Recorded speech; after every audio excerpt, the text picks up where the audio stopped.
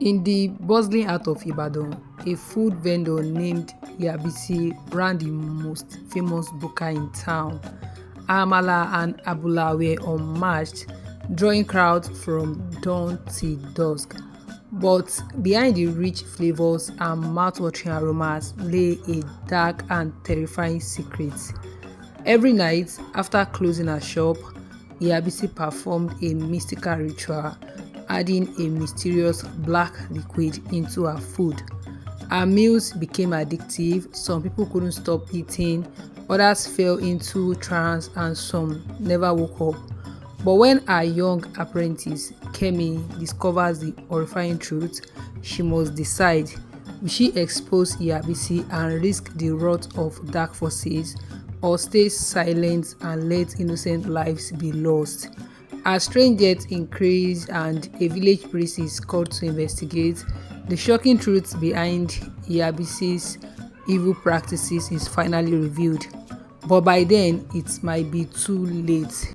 Will the people of Ibadan escape the curse of the evil cook, or will our dark magic claim more victims? Find out in this spine-chilling African folklore that will make you think twice before eating out again. In the heart of Ibadan, there was a food vendor everyone loved. Her name was Iya Bisi. Her amala was soft, her ewedu smooth, and her gbegiri rich. But behind her sweet smile lay a dark secret, one so terrifying you might think twice before eating out again. What was her secret? Why did people keep coming back for more? If only they knew what she put in her food. Before we uncover this chilling tale, make sure you subscribe to this channel and turn on notifications so you never miss another thrilling African story. And don't forget to like this video if you are brave enough. The sun burned bright over Oje Market, its rays bouncing off the rusted zinc rooftop of the stores. Traders shouted prices of their goods while customers haggled for the best deals.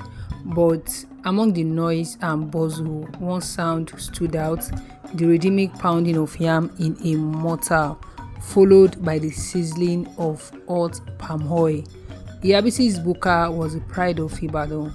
From dawn to dusk, a long queue stretched outside her small shop.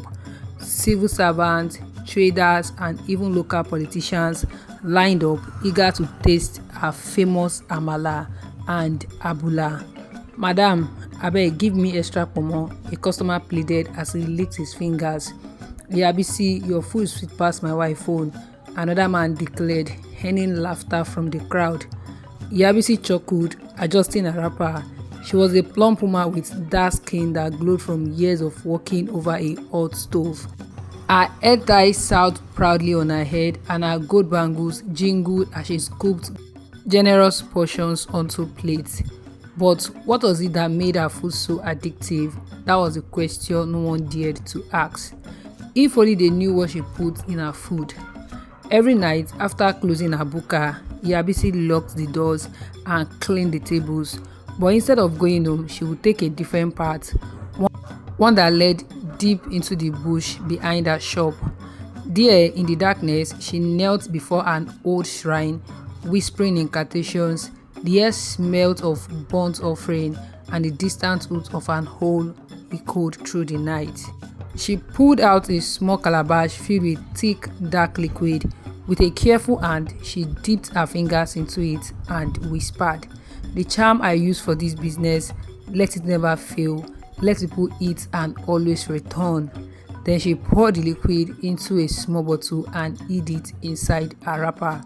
Iya Bisi had an apprentice, a young girl named Kemi. She was smart, hardworking, and loved cooking. But she has always wondered why Iya Bisi never let her prepare the final sauce that went into the abula. One evening, Kemi decided to stay behind after closing time. She hid behind the sacks of yam flour and watched as Iya Bisi performed her usual ritual. Her heart pounded as she saw her boss pour the strange black liquid into the soup pot. Kemi gasped, "Ewo, blood, what kind of ingredient is this?" She covered her mouth before she could scream. Now she understood. Iya Bisi's food was not just delicious, it was enchanted. If you are enjoying this story, hit the like button and let us know in the comments What would you do if you were Kemi? As weeks passed, Kemi noticed something even more disturbing. People who ate Iya Bisi's food started acting strangely. Some became obsessed.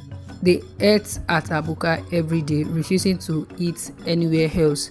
Others fell ill, losing weight rapidly but still craving her meals, and some never woke up. One evening, a man named Babatunde, a regular customer, collapsed right in front of the shop. Foam bubbled from his mouth, his eyes rolling back. "Somebody help!" a woman screamed, but it was too late. Babatunde was dead. Rumors spread like wildfire. Some said it was food poisoning, others whispered that Iya Bisi had offended the gods. A priest, Baba Ifa, was called to investigate. When he stepped into the Buka, he inhaled deeply and frowned. "There is something unnatural here," he murmured. He dipped his hand into his agbada and brought out a kola nut. Breaking it, he chanted a few words and threw the pieces on the ground. The pieces landed in a strange pattern. Ewo, meaning taboo. This food is cursed. Gaps filled the room. People dropped their spoons, their appetite vanishing in an instant. Kemi could no longer stay silent. She stepped forward and with a shaking voice revealed everything she had seen. "Iya Bisi has been using dark magic in her food," she cried. The crowd turned to Iya Bisi, eyes wide with horror. "Is this true?" someone shouted. Iya Bisi's face darkened. Her usual friendly smile vanished. She took a step back, her fingers twitching. Then with a loud scream, she threw a handful of black powder into the air. Instantly, the shop filled with thick smoke. People coughed, eyes watering. But when the smoke cleared, Iya Bisi was gone. Days turned into weeks and no one saw Iya Bisi again. Some said she had fled to another town to continue her wicked ways. Others believed she has been taken by the spirit she once served. The Buka was abandoned, left to rot. No one dared to step inside again. As for Kemi, she opened her own restaurant, cooking with love, honesty, and traditional Yoruba spices. No dark magic. Her food was delicious and people came not only because they were enchanted, but because they truly enjoyed it. What lesson did you learn from this story? Let us know in the comments, and don't forget to like, share and subscribe for more spine chilling African tales.